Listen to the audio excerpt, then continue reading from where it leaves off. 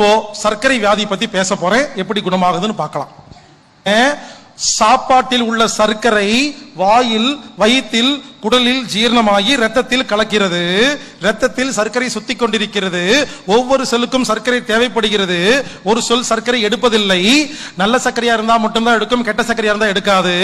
நல்ல சர்க்கரை கெட்ட சர்க்கரை என்னன்னா, இன்சுலின் இருந்தா நல்ல சர்க்கரை, இன்சுலின் இல்லாட்டி கெட்ட சர்க்கரை. அதை கொடுப்பது கணையம். அது எப்படி கொடுக்கும்னா, ஒழுங்கா ஜீரணமாகி நல்ல குவாலிட்டியா இருந்ததுன்னா இன்சுலின் கொடுத்து செல்லுக்குள்ள போக சொல்லும். ஒழுங்கா ஜீரணமாகாம அறகுற ஜீரணத்தோட வந்துச்சுன்னா இது செல்லுக்குள்ள போனா செல்லுக்கு நோய் வந்துரும் சொல்லி இன்சுலின் கொடுக்காது.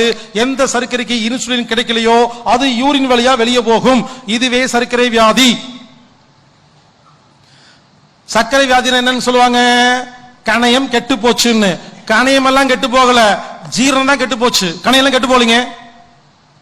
சர்க்கரை வியாதிக்கு ஏன் தெரியுமா நிறைய யூரின் வருது?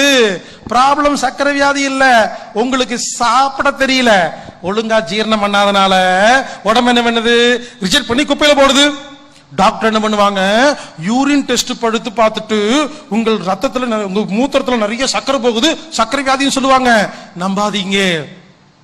வடிவேல் ஒரு படத்துல சொல்ற மாதிரி, நீ புடுங்குற ஆணி எல்லாம் தேவையில்லாத ஆணின்னு சொல்ற மாதிரி யூரின் வழியா போற சர்க்கரை எல்லாம் தேவையில்லாத சர்க்கரை. அதையும் முடிச்சு ஆராய்ச்சி பண்ணிட்டு உட்கார்ந்துருக்கீங்க. முதல்ல இந்த யூரின் டெஸ்ட் எடுத்து நிறுத்துங்க. இந்த யூரின் டெஸ்ட்ங்கிற பேர்ல ஒரு டெஸ்ட் வச்சிருக்காங்க. Albumin, creatine, protein, vitamin, glucose யூரின்ல இவ்வளவுதான் இருக்கணுமாமா.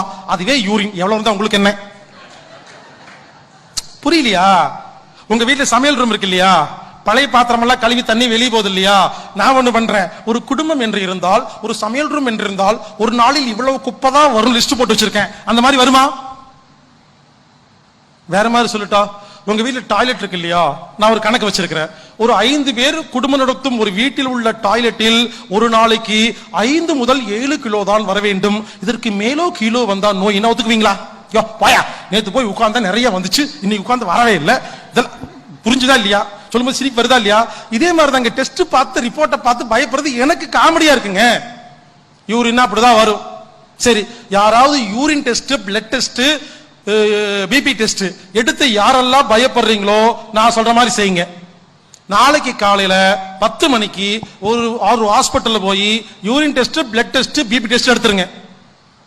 டெய்லி காலையில 10 மணிக்கு 30 நாள் 30 ஹாஸ்பிட்டல் போங்க, டெஸ்ட் எடுங்க. எல்லா டெஸ்ட் ரிப்போர்ட்டும் ஒரே மாதிரி இருந்தால் நான் ஒத்துக்கொள்கிறேன். எப்பொழுதுமே எந்த ரிப்போர்ட்டும் ஒன்னாவே இருக்காது. உடம்பில் வேரியபிள் மாறி மாறி வரும் ஒரு விஷயத்தை ஒரே முறை டெஸ்ட் எடுத்து அதை பார்த்து பயப்பட்டு மருந்து சாப்பிடுகிறீர்களே, இது எந்த விதத்தில் நியாயம்? மருந்து மாத்திரை கம்பெனிகள் எல்லாம் ஒன்னு சேர்ந்து டெஸ்ட் என்ற பேரில் உருவாக்கி அதுக்கு நார்மல் என்று உருவாக்கி எப்படி செக் பண்ணாலும் 10 பேத்துக்கு 4 பேத்துக்கு இருக்காது, மாட்டிக்குவீங்க. இதான் சயின்ஸ். அப்படிதான் இருக்கும், எல்லாம் மாறி மாறி தான் வரும். அது எப்படி ஒழுங்கா இருக்கும்? ஏங்க, யூரின் வழியா போனவங்களுக்கு என்னங்க, விட்டுட்டு போங்க. புரிஞ்சுக்குங்க. மறுபடியும் சொல்றேன், ஒழுங்கா ஜீரணமானா நல்ல சர்க்கரை, இன்சுலின் கிடைக்கும், செல்லுக்குள்ள போகும். ஒழுங்கா ஜீரணமாகாட்டி கெட்ட சர்க்கரை, இன்சுலின் கிடைக்காது, யூரினா போகும். யாரெல்லாம் சுகருக்கு மாத்திரை சாப்பிடுறீங்களோ அது என்ன பண்ணுதுன்னு யாருக்காவது தெரியுமா?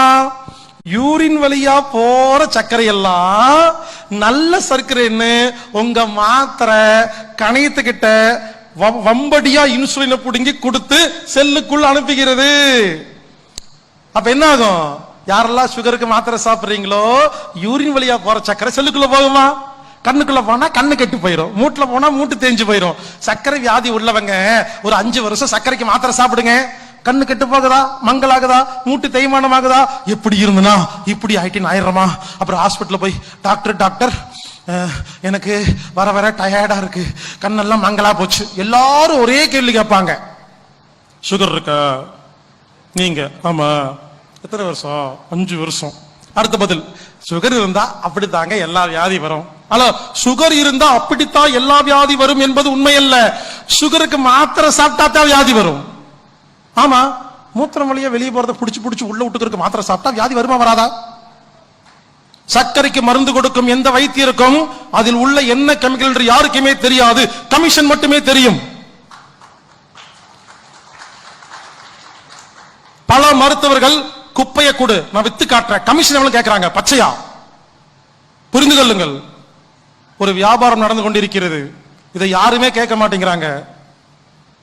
சர்க்கரை மாத்திரை என்பது யாரெல்லாம் சாப்பிடுறீங்களோ 100 வியாதி வரும்.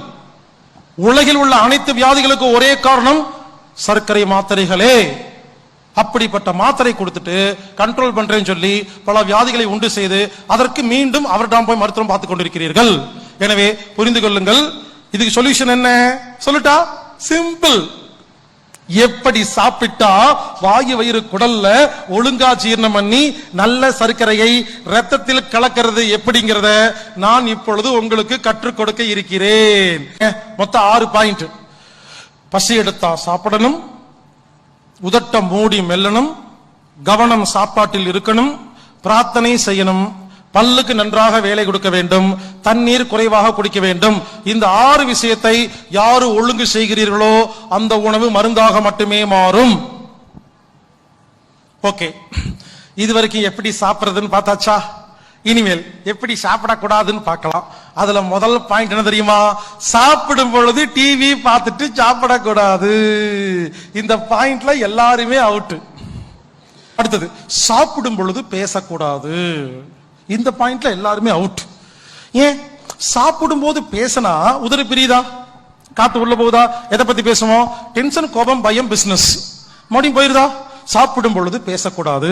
சில பேர் பண்ற கூத்து இருக்கும் பாருங்க, இப்படி வச்சுக்கிட்டு சொல்லுப்பா, ஆமா நான் சாப்பிட்டு இருக்கேன், இந்த வந்துடுறேன், இந்த 5 நிமிஷம் வந்துருவேன், அப்படியே போயிரு வந்துடாத. சாப்பிடும் போது பேசக்கூடாது, சாப்பாடு ஜீரணம் ஆகாது. அடுத்தது, சம்மணங்கால் போட்டு உட்கார்ந்து சாப்பிட்டா நல்லா ஜீரணமாகும், காலை தொங்க போட்டு உட்கார்ந்து சாப்பிட்டா ஜீரணம் ஆகாது. அடுத்தது கடைசியா இங்க பாருங்க, எது எதெல்லாம் சாப்பிடலாம், எது எதெல்லாம் சாப்பிடக்கூடாது. என்ன வேணாலும் சாப்பிடலாம். சில பேர் எதுக்கு பேப்பர் பேனா தூக்கிட்டு உட்கார்ந்து இருக்கீங்க? என்ன வேணா சாப்பிடலாம். சில பேர் சொல்லுவாங்க பூமிக்கு கீழே விளையறத சாப்பிடாத சொல்லியிருக்காங்களா? நிறைய பேர் சாப்பிடாம இருக்கீங்களா? சாப்பிடாம இருங்க. அதே குரூப் கொஞ்ச நாளுக்கு அப்புறம் சொல்லும் பூமிக்கு மேல விளையறதையும் சாப்பிட வேண்டாம்னு சொல்லும். அப்புறம் என்ன பண்ணுவீங்க? இருக்கிறது 2 ஐட்டம், பாதி கீழே விளையுது, பாதி மேல விளையுது. பிரச்சனை கீழையா மேலையாங்கிறது இல்ல, நமக்கு சாப்பிட தெரியுமா தெரியாதா? பூமிக்கு என்ன விளையுது? உருளைக்கிழங்கு, கருணக்கிழங்கு, பீட்ரூட், வெங்காயம், பூண்டு, கேரட். சாப்பிட்டா என்ன ஆகும்? ஒன்னும் ஆகாது. யாருக்கு? சாப்பிட தெரிஞ்சவங்களுக்கு. புரிஞ்சுக்குங்க, பூமிக்கு மேல விளையிற பொருளை 4 முறை மென்னா போதுங்க, பூமிக்கு கீழே விளையிற பொருளை 8 முறை மெல்லணுங்க. இதுக்கு தான் என்ன பண்ணிட்டாங்க, நம்ம ஒழுங்கா மெல்றது இல்லைங்கிறதுக்காக பூமி கீழே சாப்பிடாதேன்னு சொல்லிட்டாங்க. அவ்வளவுதாங்க. ஏங்க, இந்த பூமி கீழே உருளைக்கிழங்கு விளையுது இல்லையா, ஏன் தெரியுமா ஜீரணமாக மாட்டேங்குது? உருளைக்கிழங்கு வாயில போட்டு ஒழுங்கா மெல்றதே இல்லை, அப்படியே உள்ள போயிருதா. வாய்க்குள்ள போகும்போது உருளைக்கிழங்கா இருக்குது, வயிற்றுக்குள்ள போகும்போது உருளைக்கிழங்காவே போயிருது, குடலுக்கு போகும்போது உருளைக்கிழங்காவே போயிருது, கடைசியில் அங்க எங்க டாய்லெட்ல வந்து விழுகும் பொழுது உருளைக்கிழங்காவே வந்து விழுந்துருது. பிரச்சனை உருளைக்கிழங்கா, நமக்கு சாப்பிட தெரியலையா? சில பேர் டாய்லெட் போறாங்க இல்லையா, எட்டி பாருங்க, தேங்காய், மாங்காய், பட்டாணி, சுண்டல் எல்லாமே கண்ணுக்கு தெரியும். நேத்து என்ன சாப்பிட்டீங்கன்னு தெரியற அளவுக்கு போனா எப்படி சாப்பாடு ஜீரணமாகும்? பிரச்சனை உணவு இல்லைங்க, உணவுதான் பிரச்சனை என்றால் ஒரு நாட்டில் எல்லாத்துக்கும் ஒரே வியாதி தான் வரணும், ஒரு வீட்டில் எல்லாத்துக்கும் ஒரே வியாதி தான் வரணும். உங்க வீட்டுல ஒரே சமையல் தானே, ஆனா ஒவ்வொருத்துக்கும் வேற வேற நோய் வருது. பழக்க வழக்கம் தான் வியாதி. புரிந்து கொள்ளுங்கள், சாப்பிடும் முறை மட்டுமே நோய். எனவே இனிமேல் உருளைக்கிழங்கு சாப்பிட்டீங்கன்னா வாயிலேயே நல்லா கூழ் மாதிரி மென்னு, இங்க பாருங்க, கூழ் மாதிரி ஆக்கிடணும். வாயிலிருந்து வயிற்றுக்குள்ள போகும்போது அது பூமிக்கு கீழையா பூமிக்கு மேலையான்னு வயிற்றுக்கு தெரியாம சாப்பிட்டா பூமிக்கு கீழையும் சாப்பிடலாம், பூமிக்கு மேலையும் சாப்பிடலாம்.